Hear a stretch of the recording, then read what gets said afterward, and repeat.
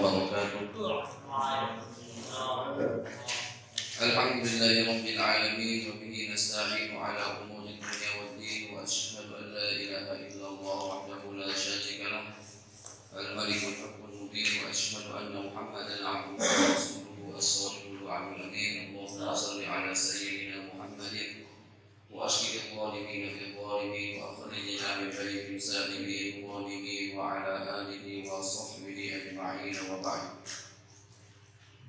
Allahumma alimna ma yanfa'una wa anfa'na bima 'allamtana wa zidna 'ilman ya arhamar rahimin. Allahumma alimna al-ikhlas wa waffiqna lil-ikhlas wa hdina ila al-ikhlas wa rzuqna al-ikhlas wa thabbitna 'ala al-ikhlas wa amitna 'ala al-ikhlas wa ba'athna lil-ikhlas wa hsyurna ya Allah ma'al muflisin wal muflisin la ilaha illa anta subhanaka inna kunna minadh dhalimin. Rabbana shrah lana sadrana wa yassir lana umurana wa hlul 'uqdatam min alsinatina yafqahu aqwalana wa ba'du. Ikhwani wa akhwati fillah, alhamdulillah sore hari ini kita dapat kembali melanjutkan majelis kita, majelis atau pertemuan yang ketiga, yang alhamdulillah kalau peserta ikhwannya mengalami kemajuan safnya. Kalau orang sholat itu makin maju makin dikit, justru yang banyak dimulai peserta akhwat. Ala kulli hal, satu pesan saya untuk kita semua, ini salah satu athar yang disebutkan di dalam Sahih Muslim. Salah seorang ulama, Yahya bin Katsir seingat saya, beliau mengatakan la yustata'ul ilmu bi rahatil jismi, la yustata'ul ilmu bi rahatil jismi, bahwa ilmu itu tidak akan pernah didapatkan dengan tubuh yang banyak beristirahat.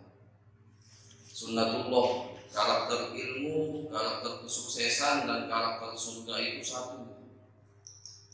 Karakter surga, baginda Rasul alaihi salatu wasallam menyampaikan, huffatin nar bisyahawat wa huffatil jannatu bil madarih, bahwa neraka itu dikelilingi dengan syahwat atau dikelilingi oleh syahwat yang sifatnya melalaikan, yang sifatnya jauh dari Allah Subhanahu wa taala. Sedangkan surga itu karakternya bahwa huffatil jannatu bil makarih, sedangkan surga itu dikelilingi oleh hal-hal yang tidak menyenangkan, melelahkan. Makanya kemarin saya sampaikan tentang Al-Imam An-Nawawi alaihi rahmatullah di muqaddimah kita, bagaimana beliau benar-benar jauh dari rahatul jismi, dari badan yang istirahat yang nyaman itu beliau jauh. 2 tahun tidak pernah tidur, meletakkan tubuhnya di atas lantai, baru tidur ketika ketiduran. Setiap hari murojaah atau belajar itu 12 macam pelajaran. Yang kita asumsikan masing-masing pelajaran 1 jam, berarti belajarnya dalam sehari itu 12 jam. Itu baru belajar kepada syekhnya, belum belajar mandirinya. Kemudian rohatul jismi diantaranya itu apa? Perut yang terisi banyak. Makanya kita pelajari sejarah beliau, makan hanya sekali sehari semalam, itu pun makan kok. Beda dengan kita yang puasa buka puasanya itu berbagai macam jenis makanan di atas meja makan. Kalau beliau makannya itu, kaidah para ulama, kalau makan itu cukupkan dirimu dengan sesuatu yang cukup menegakkan punggung. Bayuti musulbak, hanya yang menegakkan punggung saja. Jadi mereka makan untuk menghilangkan lapar, bukan untuk kenyang. Beda. Jadi jauh sekali mereka dari rohatul jismi, sehingga Allah tabaraka wa ta'ala kemudian mengangkat derajat mereka. Dan kemarin saya bedah kitab At-Tibyan fi Adab Hamalatul Quran dengan teman-teman kami Jawa Timur. Di antara faidah yang saya dapatkan, di antara 5 dawa'u al-qalbi, ada 5 obat hati, salah satunya itu adalah khala'ul batni, kosongnya perut. Jadi kalau bisa diamalkan, tapi jangan kosongnya aja, nggak belajar deh, sama aja bohong. Karena kosong perut, jadi dia tidak sempat berpikir untuk maksiat. dia akan memanfaatkan waktunya itu semaksimal mungkin untuk belajar, untuk ibadah kepada Allah Subhanahu wa taala. Termasuk salah seorang ahli tafsir sekarang di Saudi namanya Nurul Ali Asy-Syinqiti. Hafizahullah taala. Di antara faedah yang saya dapatkan ketika beliau menafsirkan surat Al-Muzammil, di antara hal yang mendukung, di antara hal yang bisa menguatkan seseorang untuk qiyamul lail adalah khala'ul batn, kosongnya perut. Jadi coba diamalkan makan itu untuk menghilangkan lapar, bukan untuk mencari kenyang. Al-Imam Asy-Syafi'i alaihi rahmatullah, tadi saya coba pertegas lagi kisahnya ketika beliau ditanya tentang dalil ijma'. Apa dalil ijma' di dalam Al-Quran? Maka beliau menghabiskan waktu 3 hari dan tidak pernah keluar dari rumahnya kecuali untuk sholat. Barulah kemudian beliau menemukan dalil ijma' tersebut. La yustata'ul ilmu bi rahatil jism. Ilmu itu tidak akan pernah didapatkan dengan badan yang istirahat, harus bersakit-sakit penuh.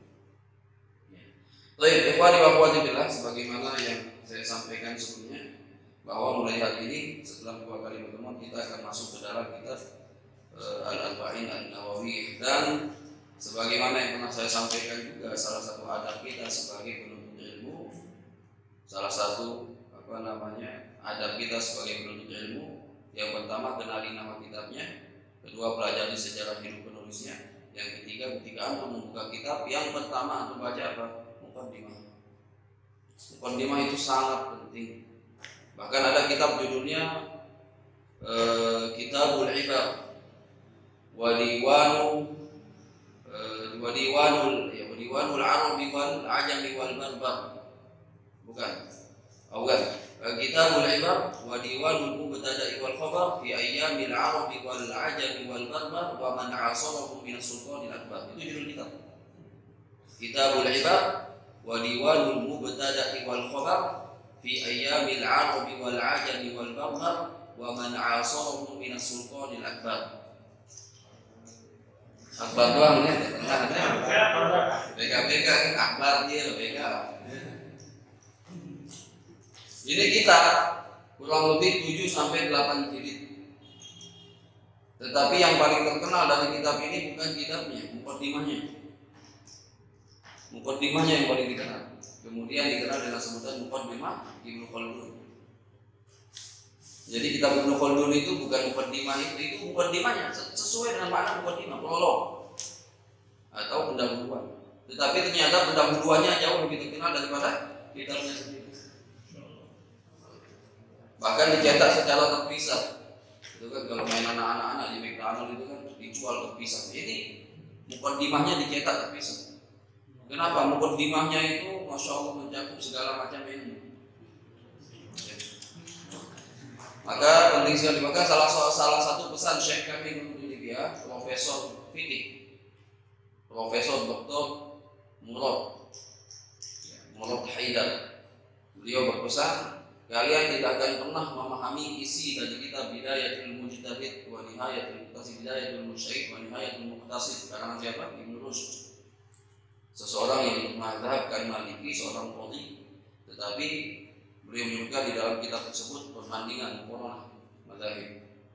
Beliau marah betul gitu. Ketika kami akan tamat, beliau bertanya satu pertanyaannya, kalian sudah baca tidak muqaddimahnya? Kami menjawab belum. Karena dulu di semester 1 tidak pakai kitab ini, dosen dari Saudi, tapi pakai kitab yang lain. Beliau marah. Dan beliau mengatakan kalian tidak akan pernah memahami isi kitab ini sebelum kalian menghatamkan muqaddimah. Karena apa? Di muqaddimah ini kita akan temukan inti motivasi atau pikiran dari muallif, apa sebab dan lain sebagainya. Maka sekali lagi pesan saya kepada kita semua, salah satu adab kita mempelajari suatu kitab, pelajari, baca muqaddimah. Baik, kita akan baca muqaddimah Imam Nawawi. Saya sudah minta cetak kemarin, ada satu orang yang minta ya. Saya sudah share ini, sudah ada 2 orang ya. Nah, ini ternyata yang dekat-dekat saya belum semua nyetak ini. Nanti yang di awal kita akan bagikan PDF-nya itu. Boleh lah, kalau ini buka PDF-nya saja ya. Silakan, boleh buka PDF, tapi jangan buka Facebook. Ada Facebook Ustaz. Ustaz, Instagram ada sama? Enggak ada satu. Enggak ada juga. Yang akhwat dapat info dari sudah ada yang akhwat ya? Ada yang tidak punya? Oh, betul. Baik. Silakan dibuka mukadimahnya. Mukadimah Al-Imam An-Nawawi alaihi rahmatullah. Sebelum ini intermezzo ya, sedikit sebelum kita lanjutkan. Saya banyak membaca biografi para ulama. Hobi saya itu baca biografi para ulama. Tetapi di antara semua ulama, bagi saya tentu kesan orang beda-beda. Di antara biografi yang paling berkesan bagi saya biografinya Imam Nawawi. Saya betul-betul saya betul-betul terpengaruh dengan biografi beliau, luar biasa. Alaihi rahmatullah. Sampai saya hafal namanya. Yahya ibn Syaraf ibn Burli ibn Hasan ibn Husain ibn Muhammad ibn Jum'ah ibn Hizam al-Hizami alaihi rahmatullah. Karena Masya Allah saya kagum betul sama beliau. Salah satunya jomblonya ini nggak bisa kita kejar. Ya. Barangkali Kanis ini mau ngikuti beliau. Baik, bismillah. Muqaddimatul Imam An-Nawawi rahimahullah. Alhamdulillahi rabbil alamin. Alhamdulillahi rabbil alamin. Al-alamin ini jamak dari kata alam. Alam. Kata Syekh Muhammad ibn Abdul Wahhab dalam kitab Tauhid dan mengikuti penjelasan para ulama terdahulu, al-alam artinya apa? Kullu ma siwallah, segala sesuatu selain Allah Subhanahu wa taala. Ini disebut dengan alam. Maka semua ini makhluk ini adalah ciptaan Allah Subhanahu wa taala dan Tuhan mereka adalah Allah Subhanahu wa taala. Alhamdulillahi rabbil alamin. Tapi Masya Allah kalau ada penjelasan kita, kalau antum buka kitab Tafhimul Mutafahhim Syarah Ta'lim Muta'allim menjelaskan tentang al-alamin ini, ada sebagian ulama yang mengartikan al-alamin ini banyak alam, beda dengan semua alam. Banyak alam maksudnya apa? Karena ada di antara makhluk al-alamin ini kan jamak atau mulhaq, jamak al-alamin mulhaq bil jamak istilahnya. Mulhaq bil jamak mudzakkar as-salim, al-alamin. Ya. Artinya banyak. Sedangkan di antara makhluk Allah, kalau kita katakan alam itu adalah segala sesuatu selain Allah Subhanahu wa taala. Dan di sini kata al-alamin menggunakan jamak. Sebagian ulama mengatakan ada di antara ciptaan Allah yang tidak punya jamak, tunggal. Contohnya ta'arash. Arash itu satu, banyaknya. Kursi itu satu. Sehingga kata tunggal di sini dia tidak akan pernah memiliki jamak. Sampai di sini paham dulu? Saya agak dalam pembahasan ini. Sehingga kata alam, kata al-alamin, jamak di sini tidak akan mencakup kata kursi dan aras karena satu. Maka kata ulama, alhamdulillahi rabbil alamin di suratil Fatihah tidak tepat digunakan menjadi dalil untuk menunjukkan bahwa Allah adalah Tuhan semua makhluk. Bukan tidak ada, dalilnya tidak tepat.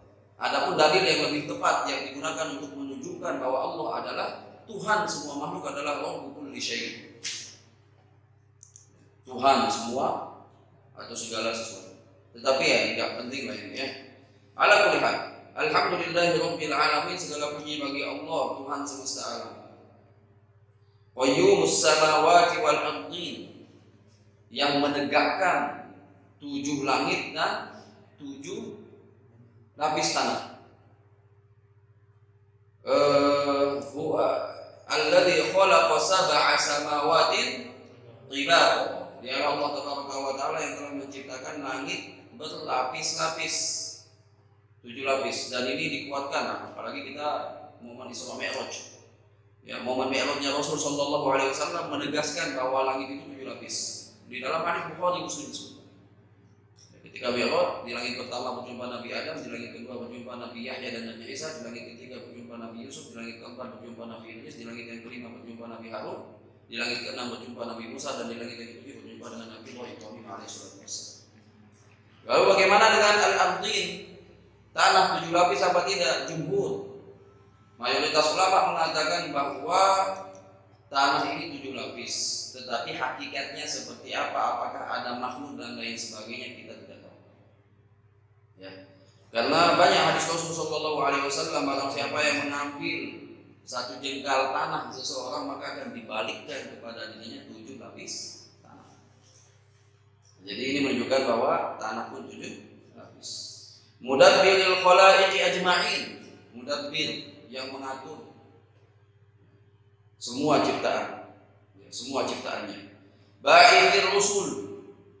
Dialah Allah Subhanahu wa taala yang mengutus para rasul. Ar-rusul jamak dari kata rasulun. Ya, asyhadu anna Muhammadan Rasulullah. Ini tunggal, rasulun. Jamaknya rusulun. Wawunya hilang. Rasulun menjadi rusulun. Ya, jamak taksir. Ba'ithir rusul. Dialah Allah Tabaraka wa taala yang siapa mengutus para rasul. Shalawatuhu wa salamu alaihim. Salawat Allah dan salam Allah atas mereka. Apa bentuk salawat Allah kepada para nabi dan rasul? Nah, ditinggikan derajatnya. Innallaha wa malaikatahu yusholluna 'alan nabi. Yang bersalawat kepada nabi bukan hanya manusia, tetapi Allah, para malaikatnya dan kita semua. Bagaimana bentuk salawat Allah kepada seorang hamba? Man shalla 'alayya sholatan wahidatan sallallahu alaihi biha 10. Barang siapa yang bersolawat kepada seorang kepada sabda Rasul sallallahu alaihi wasallam, maka Allah akan bersolawat kepada dirinya 10 kali. Bagaimana bentuk solawat Allah kepada manusia? Dengan menambahkan keberkahannya, memberikan kebaikan dalam hidupnya. Jadi jangan pernah malas bersolawat kepada baginda Rasulullah sallallahu alaihi wasallam. Wassalamu alaihim ilal mukallafina lihidayatihim ba'ithir rusul. Salawatuhu wa salamu alaihim ilal mukallafin. Mukallafin ini maksudnya siapa? Orang-orang yang mendapatkan beban untuk melaksanakan syariat, disebut dengan mukallaf. Kita mukallaf. Dan memang Rasul diutus kepada mukallaf untuk memberitahukan apa saja beban-beban kewajiban yang harus kita jalankan dari sisi Allah Subhanahu wa taala. Dan Rasul ini menjadi alasan wa ma kunna mu'adzibina hatta nab'atha rasulah. Dan tidak mungkin kami akan mengazab seseorang setelah kami, kecuali kami telah mengutus Rasul kepada mereka. Fa kaifa idza ji'na min kulli ummatin bi syahidin wa ji'na bika 'ala haula'i syahida. Kelak baginda Rasul sallallahu alaihi wasallam akan menjadi saksi bagi kita semua. Ya. Jadi kita ini mukallaf sebutannya. Nanti kalau menemukan istilah mukallaf di dalam di dalam kitab-kitab, mukallaf itu artinya orang yang mempunyai tanggung jawab atau beban untuk menjalankan syariat Allah dan syariat baginda Rasul sallallahu alaihi wasallam. Ba'ithir rusuli salawatuhu wa salamu alaihim ilal mukallafina lihidayatihim untuk memberikan petunjuk kepada mereka. Hidayatul dilalah wal irsyad. Hidayah ada dua, ad-dilalah atau ad-dalalah wal irsyad. Dalalah wal irsyad ini petunjuk, mengarahkan. Adapun hidayatul taufiq ini dari Allah Subhanahu wa taala. Kita hanya bisa mengarahkan, memberikan, mendakwahkan. Ini namanya hidayah ad-dilalah wal irsyad. Mengarahkan saja, memberitahukan. Al-irsyad itu mengarahkan. Tetapi dia dapat hidayah dalam artian menjadi baik, dalam artian menjadi Islam, ini namanya taufik. Dan hidayah taufik itu dari Allah Subhanahu wa taala. Dan ini yang sering saya singgung, kita harus berbahagia menjadi umat Islam. Karena Rasul alaihi salatu wasallam sangat menginginkan hidayah Islam ini dirasakan, dipeluk oleh siapa? Pamannya sendiri alaihi salatu wasallam. Pamannya yang mendakwahi Abu Thalib siapa? Imam du'at wal muballighin. Imamnya para dai dan muballigh. Baginda Rasul alaihi salatu wassalam. Tetapi hidayah taufik itu, hidayah itu tidak turun menyentuh jiwa Abu Thalib. Rasul sangat bahkan di akhir hayatnya ketika sakaratul maut diajak untuk mengucapkan la ilaha illallah agar digunakan sebagai hujjah menyelamatkannya di hadapan Allah Subhanahu wa taala. Dan ini menunjukkan orang taubat masih masih sadar itu masih bisa diterima.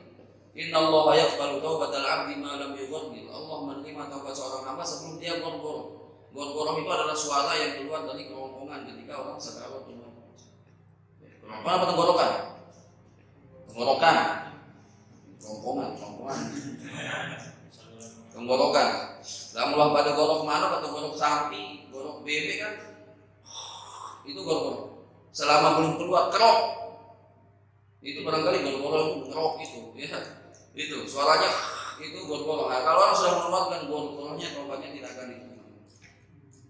Jadi ada kesempatan ketika akan sakaratul maut, Rasul mengajak pamannya untuk masuk Islam, tetapi hidayah itu tidak datang kepada dirinya. Dan kita alhamdulillah Islamnya. Makanya nikmat yang luar biasa. Baik. Tadi sekali lagi di hidayah ada dua. Apa tadi? Al-jilalah wal irsyad, dan hidayah itu at-taufiq.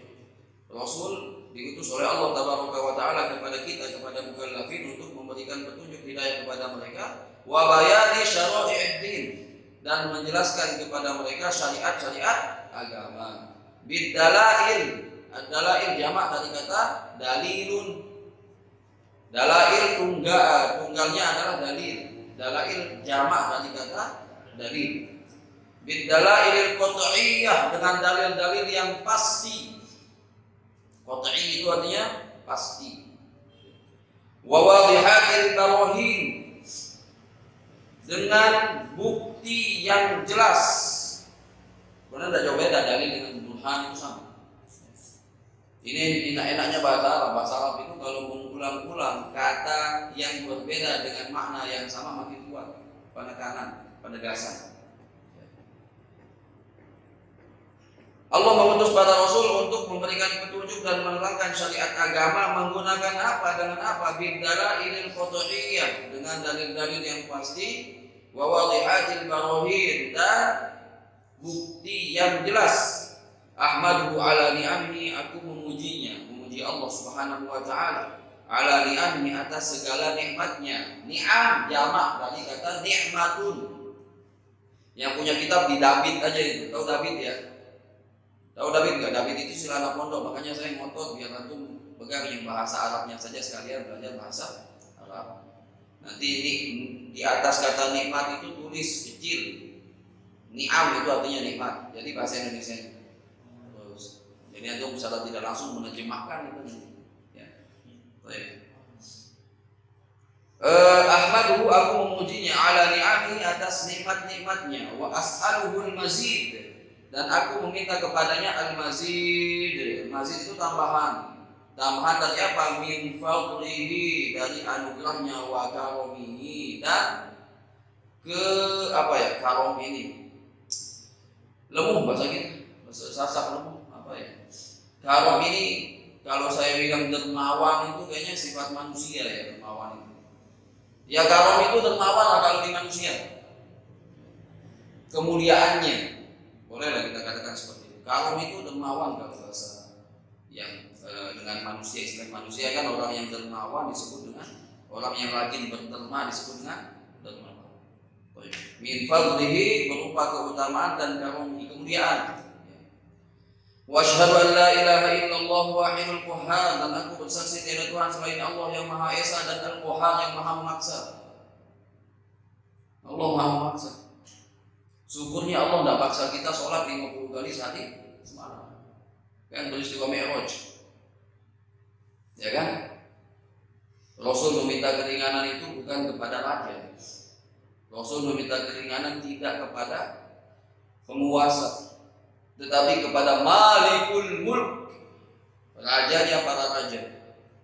Bahkan tidak bisa dibandingkan manusia dengan kerajaan Allah Subhanahu wa Ta'ala. Yang artinya kalau Allah menolak, ketika Rasul alaihi salatu wasallam minta dispensasi keringanan, bukan dispensasi tepatnya. Kalau dispensasi itu ketika usulnya hilang, dia akan melakukan lagi sesuai dengan normalnya. Meminta keringanan, diskon lah kayaknya bahasa ini, minta diskon dari 50 jadi 40, jadi 30, jadi 20, jadi 10, kemudian baru jadi 5. Yang pertama Rasul meminta itu, yang menggerakkan Rasul meminta keringanan karena kata umat. Ini saya sering sekali sampaikan di mereka.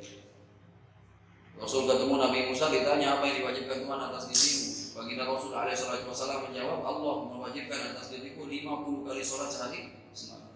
Apa jawaban Nabi Musa? Umatmu tidak akan sanggup wahai Muhammad melaksanakan sholat 50 kali sehari semalam. Padahal beliau secara pribadi apa? Beliau secara pribadi sanggup. Di semua hadis disebutkan begitu menerima perintah sholat 50 kali sholat langsung turun. Ini menunjukkan apa? Kesanggupan beliau. Cuman yang buat beliau minta ketinggalan itu apa? Nabi Musa yang menyebutkan kata umat. Itulah cintanya Rasul kepada kita. Ya. Dan cita-cita Rasul itu berkumpul dengan beliau di surganya. Maka mari kita berusaha memenuhi harapan Rasulullah alaihi salatu wassalam. Intinya bahwa, dan ini luar biasa, selain kasih sayang Rasul, azizun alaihi ma'anittum, rasa berat atas diri beliau penderitaan kalian, Rasul tidak ingin umatnya menderita. Selain itu, ini juga karena rahmat Allah Subhanahu wa ta'ala. Al-Qahhar, padahal kalau Allah mengatakan 50 kali Rasul minta ketinggalan, enggak, udah 50, udah 50. Gimana sholat 50 asal? Burung S2 aja kan. 50 kali. Ya. Rahmatnya Allah Tabaraka wa Ta'ala, Allah pertama mengizinkan, Allah mau untuk mengurangi sholat itu dari 50 menjadi 5. Yang lebih luar biasa lagi, yang 5 setara dengan 50 kali. Atau sholat 5 itu 5 kali, tapi setara dengan 50 kali. Telah aku wajibkan 5 kali. Ada tentang suara. Aku wajibkan 5 kali, tetapi yang 5 ini setara dengan 50 kali. Rahmat Allah Subhanahu wa ta'ala. Padahal Allah Al-Qahhar. Ada hadis yang diperselisihkan oleh para ulama. Sebagian besar mengatakan dhaif. Ketika semua makhluk mati, yang paling akhir mati kan malaikat maut. Lalu Allah Tabaraka wa ta'ala berfirman, Anal Jabbar. Aku yang maha perkasa, aku yang maha kuat. Anal Qahhar. Aku yang maha memaksa. Ana al-mutakabbir. Aku yang maha sombong. Mana itu orang-orang yang sombong? Semua mati. Al-Ghaffar, Al-Karim, Al-Ghaffar, yang maha mulia, Al-Karim. Apa bukti kemuliaan Allah Subhanahu wa ta'ala? Mulia maksudnya di sini Al-Karim, ya. Betapa mulianya Allah Subhanahu wa ta'ala, tidak henti-hentinya memberikan kita karunia. Itu mana karom. Terus-menerus karunia ini sampai kepada kita. Nikmat ini sampai kepada kita. Padahal tidak jarang nikmat yang Allah berikan yang seharusnya kita gunakan untuk taat, justru kita gunakan untuk maksiat. Banyak-banyak tobat kita. Al-Ghaffar yang maha pengampun. Wa asyhadu anna sayyidana Muhammadan abduhu wa rasuluh. Bagaimana hukum mengucapkan sayyid? Dalam mazhab Hanafi, dalam mazhab Syafi'i, dan sehingga saya juga Hanafi, di dalam sholat boleh menggunakan kata sayyid untuk Rasul alaihi salatu wassalam. Kenapa? Lil-ihtiram, untuk memuliakan baginda Rasul alaihi salatu wassalam. Walaupun saya tidak mengamalkan itu. Ketika sholat tasyahud saya tidak mengucapkan kata sayyid. Di luar itu gunakan kata sayyid. Rasul alaihi salatu wassalam bersabda, Ana sayyid waladi Adam. Aku adalah sayyid, penghulu anak Adam. Jadi boleh kita mengatakan sayyid. Yang jadi perbedaan di dalam sholat. Masalahnya saya pernah temukan ada orang berfatwa yang menggunakan kata sayyid di dalam sholat itu batal sholat. Subhanallah. Ya, kalaupun itu tidak boleh, tidak sampai membatalkan sholat. Saya baca fatwanya Syekh Shalih Al-Munajjid. Dia mengatakan, ya tidak sampai membatalkan. Kalaupun itu tidak boleh makruh, tidak sampai membatalkan. Ini loh batal, percaya batalan sembahyang benar. Hati-hati. Ini hati-hati, jangan cepat berfatwa. Itu baru baca mukadimah saja, jangan berfatwa kesana kemari. Wa asyhadu anna sayyidana Muhammadan abduhu wa rasuluh. Bagaimanapun baginda Rasulullah alaihi salatu wasallam adalah hamba Allah Subhanahu wa ta'ala, tetapi beliau adalah hamba yang spesial alaihi salatu wasallam. Wa rasuluh, dan utusannya. Wa habibuhu wa khalil. Habib, kekasih. Khalil ini satu tingkat di atas habib. Khalil ini begitu dekat. Baginda Rasulullah SAW bersabda, sekiranya seorang nabi diperkenankan untuk menjadikan seseorang sebagai khalilnya, lattakhadtu Abu Bakrin khalilan, maka aku akan menjadikan Abu Bakar sebagai khalil.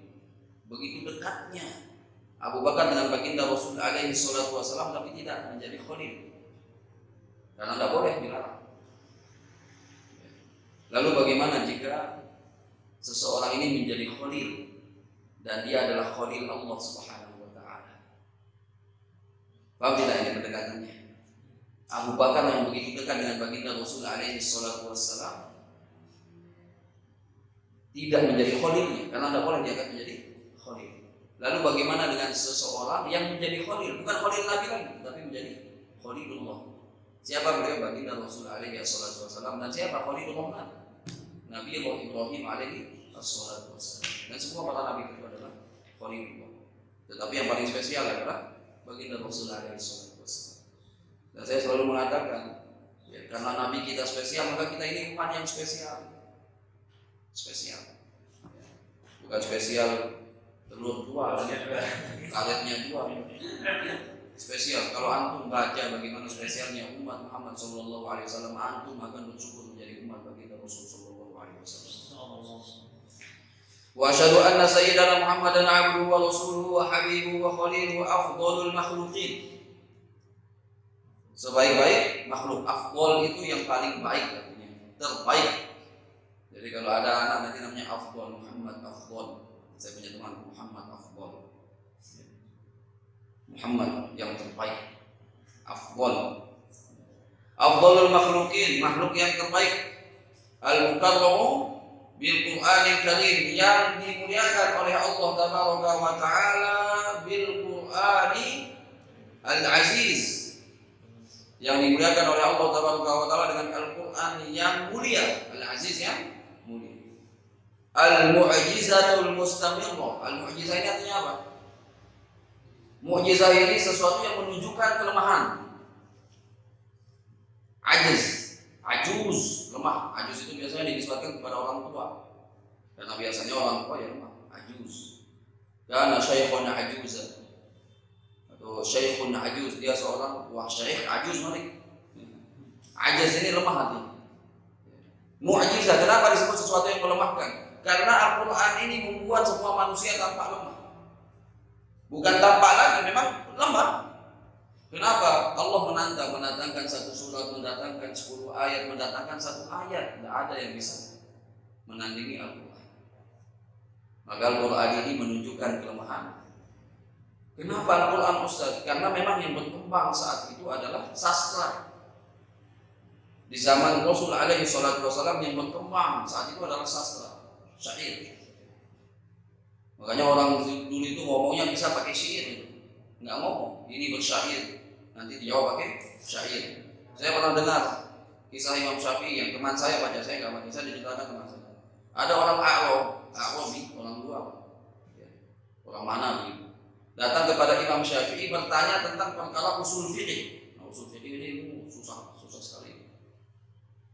Tetapi sudah usul fikih bertanyanya pakai syair,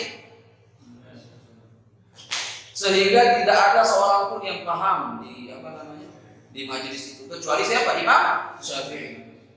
Lalu Imam Syafi'i menjawab syair orang ini dengan syair juga, yang tidak ada seorang pun yang paham di majelis itu kecuali orang ini yang bertanya. Itu mukjizat saat itu adalah syair, sastra. Maka ketika Allah Tabaraka wa Ta'ala menurunkan firman-Nya, orang tahu bahwa ini bukan dari manusia.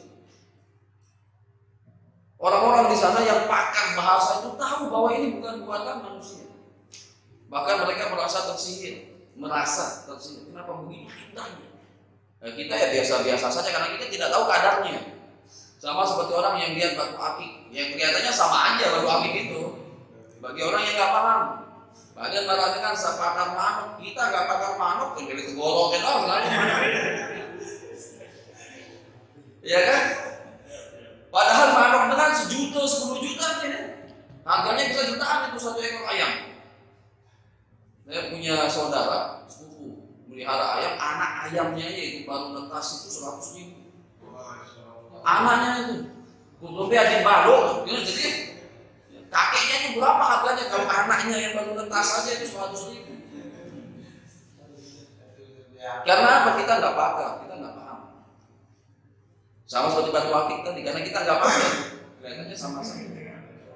Kita baca Al-Quran ya, kita nggak tahu kadar istimewa bahasanya itu yang biasa saja, karena kita nggak tahu. Tapi bagi orang-orang Quraisy saat itu melihat bahasa Al-Quran, mereka merasakan keindahan luar biasa sampai mereka merasa tersihir. Ada salah seorang yang menjadi musuh Rasul Shallallahu Alaihi Wasallam. Subhanallah. Uqbah bin Abi Mu'ayth. Ini sahabat sebenarnya sama Rasul Shallallahu Alaihi Wasallam. Bahkan ketika Rasul membacakan Al-Quran itu beliau terpesona dengan indahnya Al-Quran. Kaget kagum. Tetapi apa? Dikasih tahu sama temannya. Ente kalau masih duduk sama Muhammad jangan lagi bersahabat sama saya. Sahabat kata, akhirnya dia tinggalkan baginda Rasul.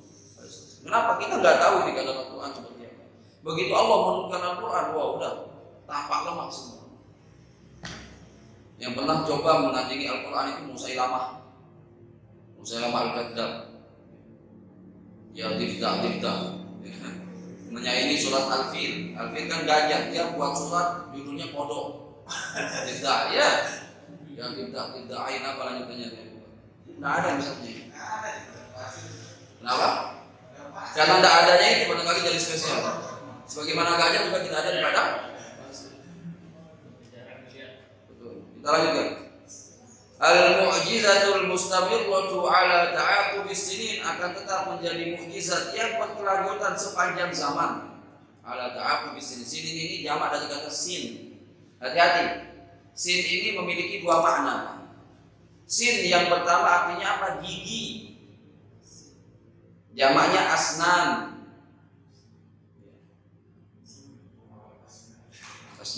Yang kedua sin itu artinya tahun. Masin nuga. Ya, kalau orang nanya masin nuga, jangan jawab gigi 32. Masin nuga berapa umur? Jamaknya sinin.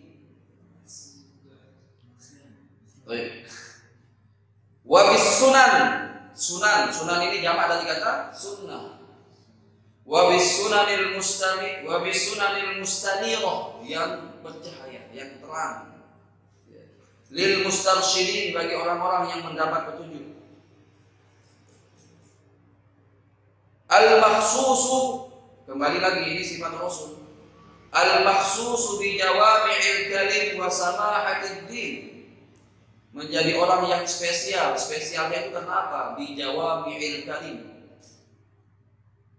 Jawami'il kalim itu apa? Ini sifat yang hanya ada pada diri baginda Rasul sallallahu alaihi wasallam. Wa utitu jawami'al kalim. Salah satu keistimewaan Rasul sallallahu alaihi wasallam diberikan jawami'al kalim. Jawami'al kalim itu apa? Lafaznya singkat, maknanya luas. Contohnya hadis Rasul al-ma'u minal ma'. Air itu berasal dari air. Oh itu panjang penjelasan ulama. Padahal enggak, bahasa Rasul al-ma'u minal ma'. Singkat lafaznya tapi maknanya luas. La dharar wa la dhirar, sabda Rasul. Itulah dharar sampai jadi kaidah itu. Singkat tapi maknanya luas dan tidak ada yang seperti itu selain baginda Rasulullah sallallahu alaihi wasallam. Dikatakan al-makhsus. Al-makhsus yang diistimewakan bi jawami'il kalim wa sama'atid din, dan agama yang apa? Sama'ah, ini toleran. Islam ini agama yang paling toleran. Antum enggak bisa sholat berdiri, ya udah duduk. Antum enggak bisa sholat duduk, ala jambin, di atas sisi tubuh. Enggak bisa kamu mustalqiyan, terlentang. Enggak bisa menggunakan isyarat. Enggak bisa menggunakan isyarat pakai isyarat mata. Enggak bisa pakai isyarat mata, pakai hati. Tentu orang yang sholat tahu hati. Enggak bisa pakai hati, disolatkan. Sudah habis itu. Saya pakai hati. Insya Allah kita sampai jam 5:30 ya. Saya berkomitmen cuma 1 jam. 1 jam saja. Baik. Mana tadi? Shalawatullahi wa salamu alaihi wa ala sa'irin nabiyyin. An-nabi jamaknya bisa dua. Bisa al-anbiya atau an-nabiyyin. Nabiyyun, nabiyyuna, atau nabiyyun anbiya'u. Ala sa'irin nabiyyin wal mursalin wa ala wa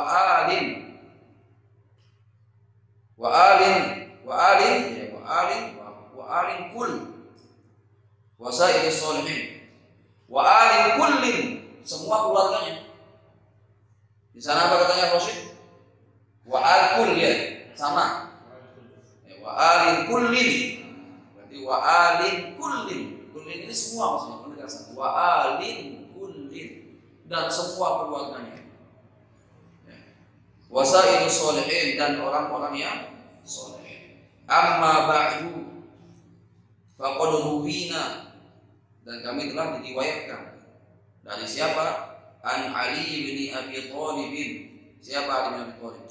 Khalifah yang keempat, menantu baginda Rasul alaihi assalatu wassalam, menikah dengan Fatimah bintu Muhammadin sallallahu alaihi wasallam, punya dua anak cucu Nabi Hasan dan Husain, yang gelarnya Sibtu ahli jannah. Sibtu Nabi ya, Sayyidah Syababi ahli jannah, pemimpin para pemuda ahli surga.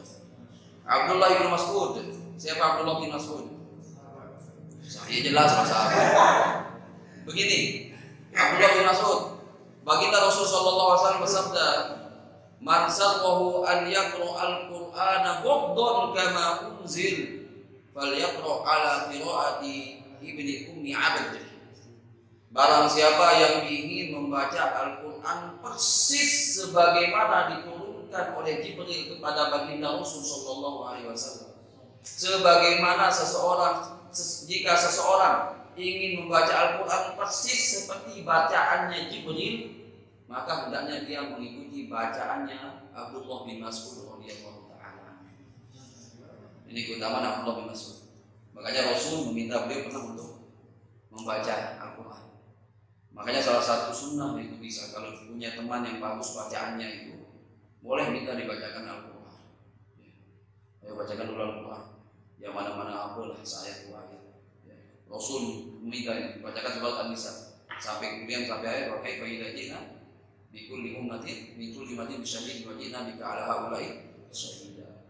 Rasul kemudian mengatakan cukup. Ternyata Rasul Ibnu Mas'ud menoleh dan Rasul menangis. Kenapa akan menjadi saksi bagi umatnya? Alaihi salatu wassalam. Wa kaifa idza ji'na bi kulli ummatin bisyahidin wa ji'na bika 'ala haula'i syahida. Baik. Mu'adz bin Jabal, apa yang kamu tahu tentang Mu'adz bin Jabal? A'lamu ummati bil halali wal haram. Orang yang paling tahu di antara umatku tentang perkara halal dan haram. Abu Darda, apa yang kamu tahu tentang Abu Darda? Amir atau Huwaimir, sahabat Rasul sallallahu alaihi wasallam, di antara 4 atau 6 orang yang mengumpulkan Al-Qur'an 30 juz. Sedikit, tidak semua. Sisanya sahabat belajar kepada sahabat yang lain, termasuk Abdullah bin Mas'ud belajar kepada sahabat yang lain. Tetapi Abu Darda di antara 4 orang yang menghafalkan Al-Quran 30 juz pada zaman baginda Rasulullah SAW. Ada Zaid bin Thabit, ada Abu Zaid, nama sahabat, saya Abu Zaid. Dan siapa nama mereka asing? Ibnu Umar, putra dari Umar bin Khattab radhiyallahu ta'ala. Inilah yang menikah dengan siapa? Salah satu di antara putri raja Persia. Jadi putri raja Persia ditawan setelah Persia runtuh di zaman siapa? Zaman Umar bin Khattab. Kemudian ada 2 putri raja yang menjadi tawanan. Kan aturan perang dulu kalau menjadi tawanan kan menjadi budak. Ya, dibawa ke Madinah karena ini adalah wanita yang mulia, anak raja. Maka tidak bisa menjadi budak sembarangan. Ya, dinikahkanlah dengan sosok-sosok yang mulia. Yang satu menikah dengan siapa? Abdullah bin Umar radhiyallahu ta'ala anhu. Dan yang satu menikah dengan siapa? Dengan Abi Husain. Makanya orang Syiah berbangga dengan siapa? Husain. Padahal ada saudara Husain siapa? Hasan. Pernah tidak dengar Hasan disebut orang Husain? Ya. Persia, Syiah kan Persia.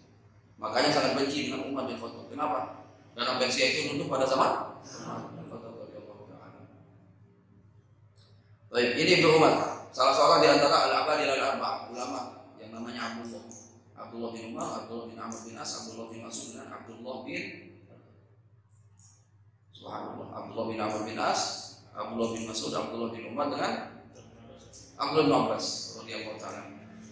Yang dikenal dengan sebutan al-abadilah al-arba'ah, Abdullah yang 4. Ini ulama. Abdullah bin Abbas, Abdullah bin Mas'ud, Abdullah bin Umar, dan Abdullah bin Amr bin As. Kemudian Anas bin Malik, apa yang diketahui tentang Anas bin Malik? Khadimu Rasulillah sallallahu alaihi wasallam, pembantu baginda Rasulullah sallallahu alaihi wasallam, mengabdi menjadi pembantu Rasul selama 10 tahun. Wa ya lahu min ni'mah. Luar biasa. Jangan menjadi pembantu, jadi keset Nabi aja mau.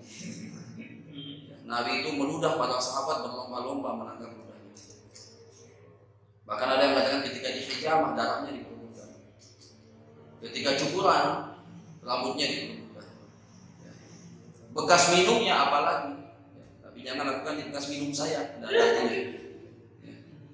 Baik. Abi Hurairah, apa yang dikatakan Abi Hurairah? Yang paling banyak meriwayatkan hadis. Masuk Islam berapa tahun sebelum Rasul wafat? 3 tahun sebelum Rasul wafat. Tetapi menjadi orang yang paling banyak meriwayatkan hadis. Makanya ada ungkapan al-fadlu liman shadaq la liman sabaq. Keutamaan itu bagi orang-orang yang betul-betul, yang sungguh-sungguh, bukan bagi orang-orang yang lebih dulu. Begitu. Ya, bukan berarti menafikan yang lain. Abu Hurairah tidak mungkin mengejar derajatnya Umar bin Khattab radhiyallahu ta'ala. Tetapi inilah sisi kelebihan dari Abu Hurairah. Dan ini yang dikejar habis sama orang-orang liberal, sama orang-orang Syiah, sama apa? Untuk mentangkis, untuk menjatuhkan kredibilitas Abu Hurairah radhiyallahu ta'ala. Karena kalau kredibilitas Abu Hurairah jatuh, maka sebagian besar hadis-hadis Rasul itu akan hilang. Bayangkan beliau menjadi orang yang paling banyak meriwayatkan hadis baginda Rasul sallallahu alaihi wasallam. Beliau punya kebiasaan, seingat saya, beliau punya kebiasaan kalau tidak istighfar atau istighfar seingat saya, atau la ilaha illallah wa la syarika lah, 12.000 setiap hari. Abu Hurairah radhiyallahu ta'ala. Abu Sa'id al-Khudri, apa yang terdapat dari Abu Sa'id, termasuk sahabat yang paling muda, termasuk hadis banyak meriwayatkan hadis. Ada satu kasus ketika ada seseorang bertamu kepada baginda Rasul, kepada Umar bin Khattab radhiyallahu ta'ala anhu. Setelah mengucapkan salam 3 kali, ternyata Umar tidak membuka pintu, beliau pun pergi. Orang ini pergi, tapi ini. Kemudian orang ini panggil, "Woi, sini kamu." Umar manggil itu kan beda ya, manggil sama kita. Umar manggil, "Woi, sini." Woi, bahasa kita. "Ayo, sini." Ditanya sama Umar, "Ngapain itu pergi?" Kemudian dia mengutip hadis Rasul sallallahu alaihi wasallam. Qala Rasulullah sallallahu alaihi wasallam al-istidhan salat. Minta izin itu 3 kali.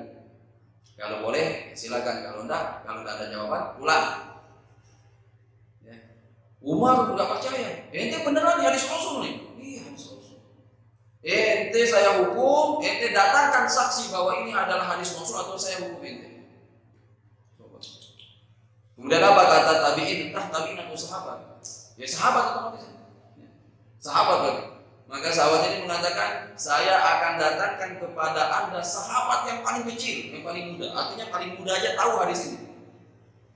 Kemudian sahabat ini membawa siapa? Abu Sa'id bin Khudri radhiyallahu ta'ala. Apa? Kenapa saya sebutkan satu persatu seperti ini? Kenapa? Saya inginkan antum seperti ini. Ketika menyebut saksi yang tokoh Islam, entah sahabat, ulama atau siapapun itu, sedikit tidak antum mengenal sedikit saja sejarah hidup mereka. Sekarang ada fasilitas HP ini, Wikipedia dan lain sebagainya. Atau antum cari nanti begitu googling, searching, pasti ketemu nanti kan ada rekomendasinya. Dan kita kenal beberapa situs-situs yang kita insya Allah aman. Baca sedikit tidak sejarah hidup mereka, biar kita cinta kepada mereka. Karena apa? Menyamai derajat mereka itu tidak mungkin. Tidak mungkin kita akan kejar derajat mereka, mustahil. Tapi kita berharap dikumpulkan dengan mereka pada hari kiamat. Peluang satu-satunya itu apa? Mencintai mereka. Tetapi kita tidak mungkin mencintai mereka kalau kita tidak mengenal mereka. Tidak mungkin. Makanya kan ada ungkapan, tak kenal maka ta'aruf. Maka nih siap ya. Tak kenal maka ta'aruf. Ta'arufnya ini dengan siapa? Para sahabat tabi'in. Kenali mereka, maka antum akan mencintai mereka. Dan kita berharap dengan cinta ini Allah akan mengumpulkan kita dengan mereka di surga-Nya. Amin ya rabbal alamin. Baik. Min turuqin katsirat, dari jalur yang sangat banyak. Biriwayatin mutanawwi'at, dengan riwayat yang beragam. Anna Rasulullah sallallahu alaihi wasallam qala, bahwa Rasul sallallahu alaihi wasallam bersabda, man hafiza ala ummati 40 haditsan min amri diniha, barang siapa yang menghafal dari kalangan umatku 40 hadis pada urusan atau perkara agamanya, menghafal 40 hadis pada urusan atau perkara agamanya, ba'atsahullahu yaumal qiyamah, Allah akan membangkitkannya pada hari kiamat. Ba'atsa, membangkitkan, yaumul ba'ats, hari kebangkitan. Ba'atsahullahu yaumal qiyamah, Allah akan membangkitkannya pada hari kiamat. Fi zumrah, zumrah itu kumpulan, kelompok. Fi zumratil fuqaha, dia akan dibangkitkan bersama golongan para ahli fikih dan ulama. Wal ulama, jika dia menghafal 40 hadis yang berkenaan dengan perkara agamanya. Atau dalam satu riwayat, ba'atsahullahu faqihan, Allah akan membangkitkannya menjadi seorang ahli fikih, derajat seorang ahli fikih. Wa fi riwayat Abi Darda, riwayat Abi Darda, wa kuntu lahu yaumal qiyamati syafi'an wa syahidan.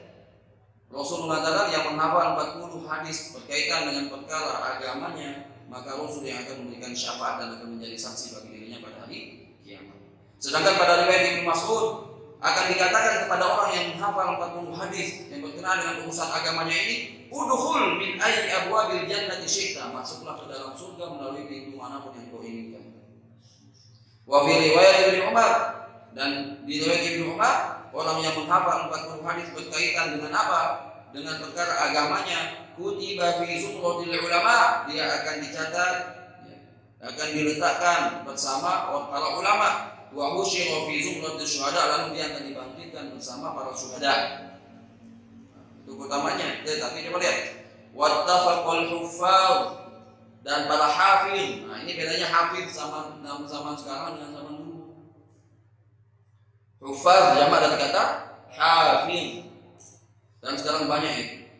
Raden Setiawan Al-Hafiz, Muhammad Azhar Khalidi Al-Hafiz, Rijalul Khair Al-Hafiz, Kanis Al-Hafiz.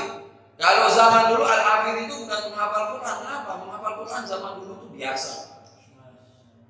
Jadi menghafal Quran sekarang menjadi istimewa, makanya sampai ditambahi gelar Al-Hafiz. Dulu menghafal Quran itu biasa. Dulu Al-Hafiz adalah orang yang menghafal 100.000 hadis matnan wa sanadan. Itu baru Al-Hafiz, 100.000 hadis.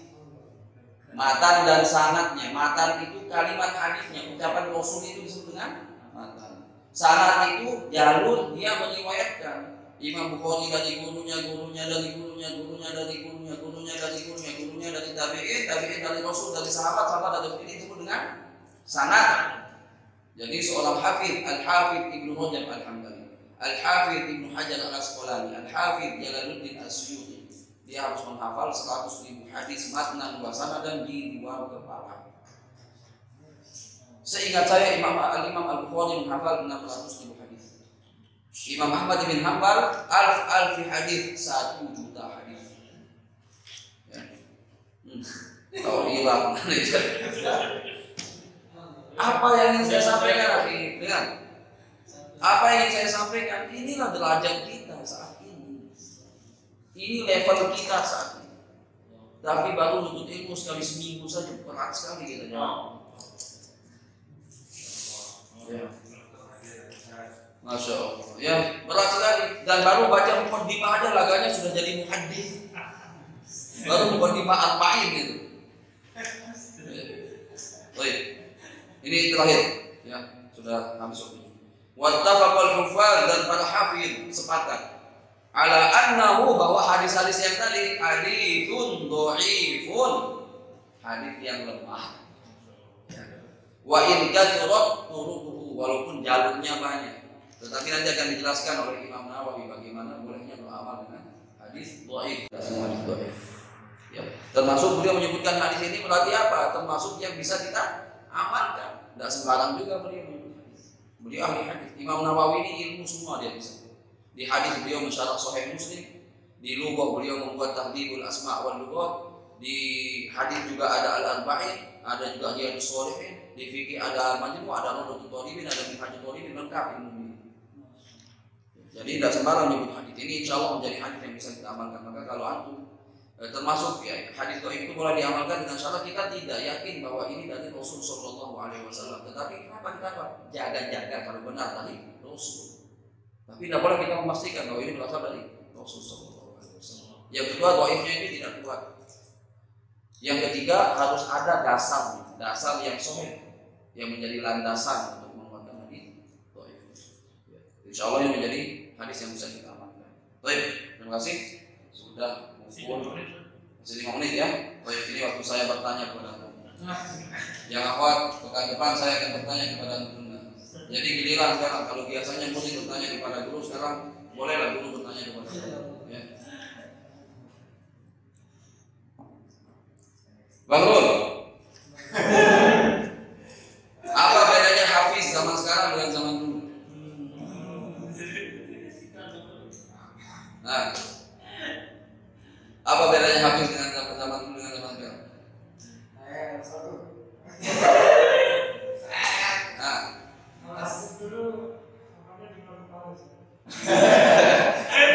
apa yang dihafal di luar kepala? Apa yang dihafal di luar kepala? Hadis. Dan minimal 100.000 hadis, matan dan sanadnya. Kalau sekarang kan penghafal Quran sudah disebut sebagai al-hafiz. Akhwat, mohon ada yang jawab satu. Apa kelebihan Ibnu Mas'ud? Bolehlah ada apa suaranya yang kedengar? Ibnu Mas'ud. Nah. Oke, habis waktunya. Al-Rashid. Bacaan Al-Qur'annya sama seperti Jibril. Bagus, bacaan Al-Qur'annya itu sama seperti Jibril. Jadi saya kebayang ketika Rasul menyimak bacaan Ibnu Mas'ud itu, beliau kebayang bahwa Jibril sedang membacakan Al-Qur'an kepada dirinya. Baik.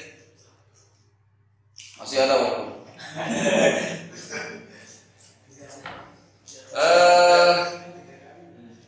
Masih ada waktu. 2 menit.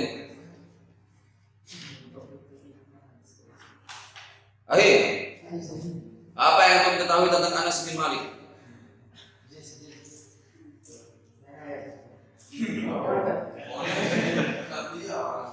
Anas bin Malik.